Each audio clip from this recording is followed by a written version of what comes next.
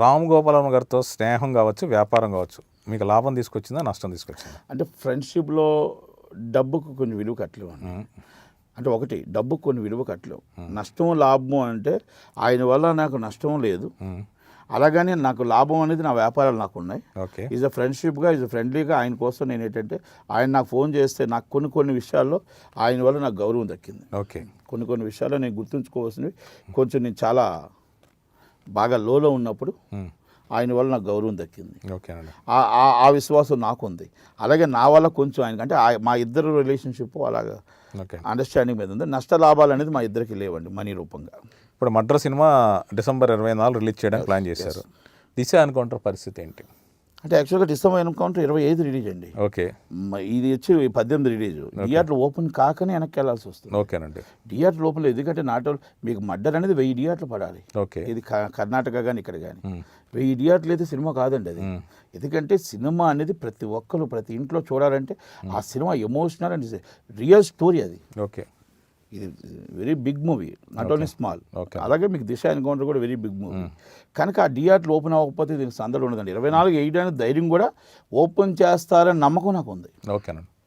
ఇప్పుడు దిశ ఎన్కౌంటర్ 2 వారాల గ్యాప్తో రిలీజ్ అవుతుంది. 3 వారాలు 4 వారాలు 3 వారాలు ఉందండి. 3-4 వారాలు సంక్రాంతి ఆ సీజన్, సంక్రాంతి దాటి. ఇప్పుడు రామ్ గోపాల్ గారి సినిమాలో ఆర్టిస్టులు రిపీట్ అవుతున్నారు. కరోనా వైరస్ కావచ్చు, ఇప్పుడు మర్డర్ కావచ్చు, శ్రీకాంత్ అయ్యంగారు, లేదా సోనియా ఆకుల కరోనా వైరస్, లేదా దిశ ఎన్కౌంటర్. అంటే ఆయనకి వేరే ఆర్టిస్టులు దొరకట్లేదా? మీ బడ్జెట్ రీత్యా ఇలాంటి ఆర్టిస్ట్ కాదండి. అంటే వాళ్ళ క్యాపబిలిటీ నేను తక్కువ చేయట్లేదు. చెప్పింది చాలా మంచి ప్రశ్న. అయితే క్యారెక్టర్ ఎప్పుడైతే కరెక్ట్గా పర్ఫార్మెన్స్ కరెక్ట్గా ఉందో ఆ క్యారెక్టర్ని కొంత సినిమా వదులుకోలేము మనసులో. ఆ మనసుతో ఇంకో సినిమా చేయాలనేది 100% వస్తుంది. నేను బాగా చేస్తున్నాను. అదే చెప్పాక ఇందాక రామ్ గోపాల్ వర్మ గారికి 2009లో నేను నచ్చాను బిజినెస్లో. కానీ ఈ రోజుతో కూడా మాకు 11 ఏళ్ల తర్వాత కూడా కంటిన్యూ అవుతుంది. ఈ రోజు దాకా ఉన్నాం. ఈ రోజు దాకా కూడా నాకు నా మీద ఒక బ్యాడ్ చెప్పడైనా నేను ఒక తప్పు చేయను. 100% నేను తప్పు చేయనని నేను గర్వంగా చెప్తున్నాను. తింటా డబ్బు, నా వ్యాపారం చేసి తింటాను డబ్బు, వ్యాపారంలో సంపాదించాలని ప్రయత్నం చేస్తాను. అలా ఆర్టిస్టులు కూడా శ్రీకాంత్ అయ్యంగారు ఎక్స్ట్రారీ పర్ఫార్మెన్స్. అసలు ఒక తండ్రిగా మామూలుగా చేయలేదు. ఆమె గాయత్రి భార్గవ్ గారు అసలు మామూలుగా ఒక తల్లిగా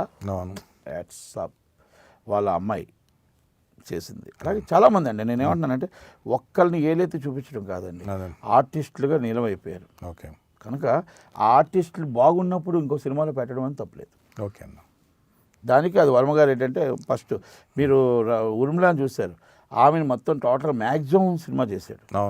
అలాగే నిషా కోటాని చూశారు, మ్యాక్సిమం సినిమాలు చేశాడు. బాగుంటే ఆర్టిస్ట్ని వదలడు ఆయన. నైనా అన్న అమ్మాయి ఉంది, వంగవీటి నుంచి చేసుకుంటూనే వస్తున్నాడు ఇప్పటికీ కూడా. అంటే అమ్మాయి పర్ఫార్మెన్స్ కానీ అబ్బాయి ఎవరైనా పర్ఫార్మెన్స్ బాగుంటుందని వదలడండి. ఇప్పుడు వర్మ గారి మీద ఈ మధ్యకాలంలో స్పూఫ్ ఫిల్మ్స్ కావచ్చు, ఆయనకు అగెనెస్ట్గా సినిమాలు చాలా కావచ్చు, మీరు అలాంటిది ఒకటి తీశారు. ఎందుకు అలా చేశారు? ఆ సైకో వర్మ అనేది తీసింది కాదండి, సబ్జెక్ట్ డిమాండ్ చేసింది అది. అదే యాక్చువల్గా ఒక సైకో సబ్జెక్ట్ అది. అంటే మీరు ఆయన ఫ్రెండ్ అయ్యండి, ఆయనతో సినిమాలు చేస్తూ ఆయన మీద సైకో వర్మని ఎందుకు తీశారు?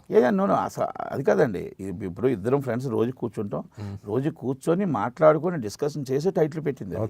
అంటే సైకో వర్మ అంటే అది సైకో కాదండి. అంటే ఆ అబ్బాయి ఒక సైకో విధంగా మొత్తం టోటల్గా ఆ అబ్బాయి ఏ విధంగా డిప్రెషన్కి వెళ్తాడు, ఏ విధంగా సైకో అవుతాడు, ఆ సైకో అయ్యి అమ్మాయిని ఏ విధంగా మర్డర్స్ చేస్తాడు, ఇది మొత్తం టోటల్గా వైలెన్స్ మూవీ.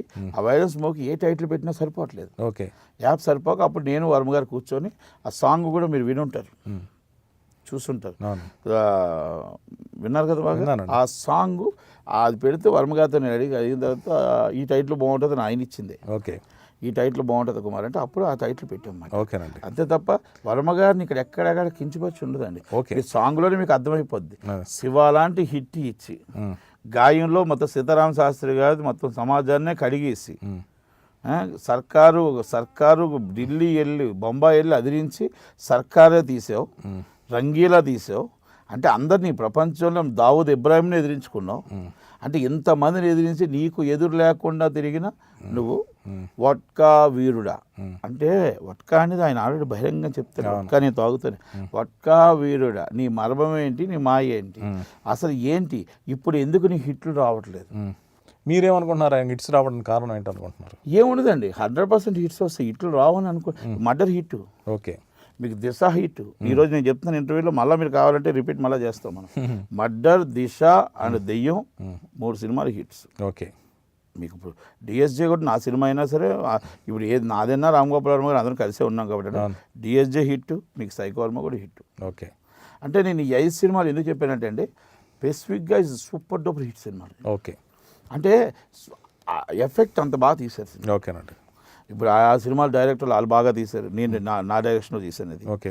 ఆ కో డైరెక్టర్ మొత్తం ఎగ్జిక్యూటివ్ డైరెక్టర్ వాళ్ళు బాగా తీశారు. అలా ఒక్కొక్కరు ఒక డిఫరెన్స్ పార్ట్. లియో ఎంటర్టైన్మెంట్ ఈ ఛానల్ని ప్లీజ్ సబ్స్క్రైబ్ చేయండి, షేర్ చేయండి, లైక్ చేయండి. Please subscribe to Leo Entertainment. Please subscribe to Leo Entertainment YouTube channel. Subscribe Leo Entertainment Channel. Leo Entertainment. Please subscribe this channel. Please subscribe to Leo entertainment. ఇలాంటి interesting videos కోసం తప్పకుండా మా ఛానల్ని subscribe చేయండి.